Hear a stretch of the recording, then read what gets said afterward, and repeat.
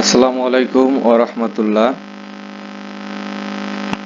এখন তোমাদের সামনে আলোচনা করব ষষ্ঠ শ্রেণীর বার্ষিক সামষ্টিক মূল্যায়ন নির্দেশিকা 2024। বিষয় হচ্ছে বাংলা। ক নাম্বার বার্ষিক পরীক্ষার পাঠ্যক্রম, অর্থাৎ যে সকল বিষয় থেকে বা যে সকল অধ্যায় থেকে পরীক্ষা হবে সে সকল অধ্যায়ের নাম।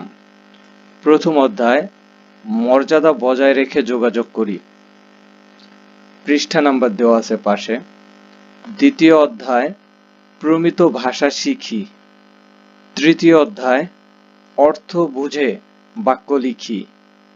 চতুর্থ অধ্যায় চারপাশের লেখার সাথে পরিচিত হই। পঞ্চম অধ্যায় বুঝে পড়ি লিখতে শিখি। ষষ্ঠ অধ্যায় সাহিত্য পড়ি লিখতে শিখি। খ মূল্যায়ন কাঠামো, শিক্ষণকালীন মূল্যায়ন থেকে 30% নাম্বার আসবে এবং সামষ্টিক মূল্যায়ন থেকে 70% নাম্বার। নিচে বিস্তারিত আলোচনা করা হচ্ছে। ষষ্ঠ শ্রেণী বিষয় বাংলা, নমুনা প্রশ্ন, নৈর্ব্যক্তিক প্লাস রচনামূলক প্রশ্ন থাকবে। সময় হবে 3 ঘন্টা, পূর্ণমান থাকবে 100। নৈর্ব্যক্তিক বা টিক চিহ্ন এর মান থাকবে 25।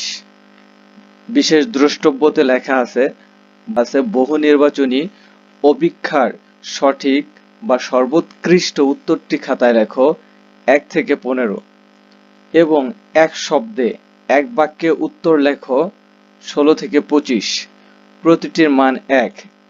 তো বিস্তারিত আমরা নিচে দেখছি। এখানে বলেছে সঠিক উত্তরটি খাতায় লেখো 1 থেকে 15। দেখো 1 থেকে 15 প্রত্যেকটির পাশে অপশন আছে ক, খ, গ এবং ঘ। এভাবে 15টি প্রশ্নে আছে, কিন্তু 15-র পরে 16 থেকে 25 পর্যন্ত ধারাবাহিকতাটা একটু দেখি।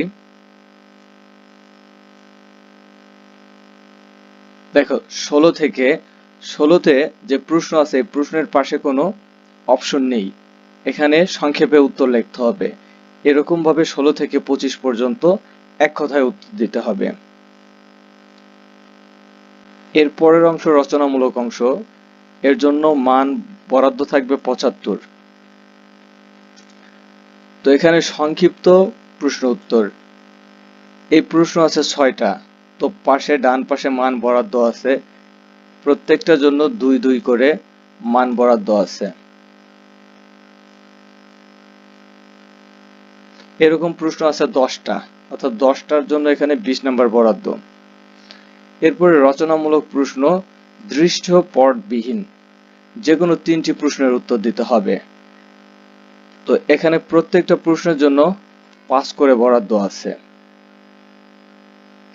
এরপরে রচনামূলক প্রশ্ন এবার হচ্ছে দৃশ্যপট নির্ভর, এখানে যে কোনো 5টি প্রশ্নের উত্তর দিতে হবে। এখানে দৃশ্যপট বলতে বোঝানো হয়েছে যে উদ্দীপক থাকবে, এই উদ্দীপকের আলোকে প্রশ্নের উত্তর দিতে হবে। তো ক নাম্বার থাকবে, ক নাম্বারের জন্য বরাদ্দ 4 নম্বর, খর জন্য 4 নম্বর বরাদ্দ। এই যে 17তেও আবার অনুচ্ছেদ আছে বা উদ্দীপক আছে, উদ্দীপকের আলোকে 2টো প্রশ্ন আছে, একটা ক একটা খ, প্রত্যেকটার জন্য 4 করে বরাদ্দ আছে। আবার দেখো 18তে একটা অনুচ্ছেদ বা উদ্দীপক আছে, এর জন্য ক খ 4 করে বরাদ্দ আছে।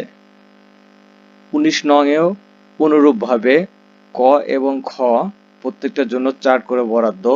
এভাবে 20 নম্বরেও একটা ছক আছে, এই ছকে ছক থাকতে পারে বা কোনো উদ্দীপক বা অনুচ্ছেদ থাকতে পারে, এরই আলোকে 2টা করে প্রশ্ন থাকবে, প্রত্যেকটার মান 4 করে। তো এইভাবে 20 পর্যন্ত নাম্বার থাকবে প্রশ্নের এবং মান বন্টন আলোচনা করা হলো।